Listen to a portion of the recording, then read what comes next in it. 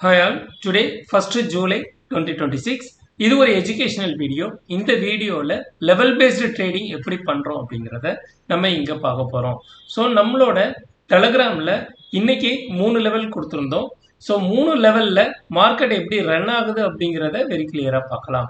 58,032 break all side market, 24,031 break only call side market and 76,675 break only call side market அப்படின்னு சொல்லி கொடுத்துருக்கோம். So இது எப்போ கொடுத்துருக்கோம் அப்படின்னா 9:29 AM கொடுத்துருக்கோம்.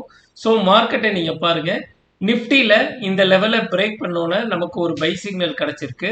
ஸோ அந்த பை சிக்னல் R2 வரைக்கும் போயிருக்கு. ஸோ R1 வரைக்கும் நம்ம மார்க் பண்ணோம். ஃபர்ஸ்ட் டார்கெட், செகண்ட் டார்கெட் வீச R2. அதே மாதிரி சென்செக்ஸுக்கு இந்த லெவலை கொடுத்துருந்தோம் 76,676 அப்படின்னு சொல்லி நீங்கள் கொடுத்துருக்கோம்.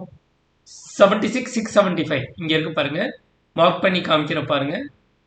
ஸோ மார்க்கெட் இதை பிரேக் பண்ணிடுச்சுன்னா கால் சைடு மார்க்கெட் அப்படின்னு சொல்லி கொடுத்தாச்சு. பிவோட்டும் 62% ஒரே நேர்கோட்டில் இருக்கிறப்ப மார்க்கெட் வந்து புல்லிஷ் ட்ரெண்டாக இருக்கும்.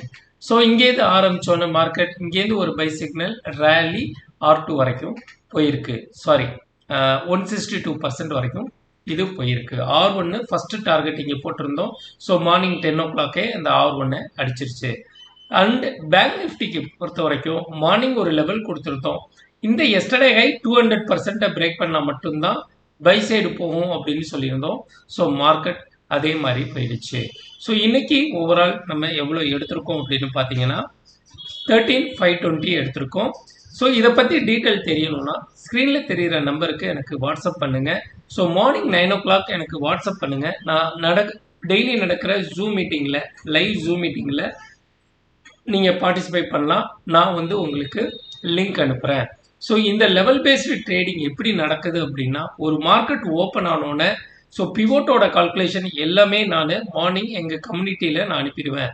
ஸோ ஒரு பிவோட்டோட கால்குலேஷன் எப்படி இருக்கும், இதுக்கு மேலே போச்சுன்னா மார்க்கெட் எப்படி அப்படிங்கிற ரியல் இது வந்துடும். பிவோட்டுக்கு மேலே போகிறப்ப R1 அடிக்கிறதுக்கு 76% ப்ராபபிலிட்டி, R2 அடிக்கிறதுக்கு 33% ப்ராபபிலிட்டி.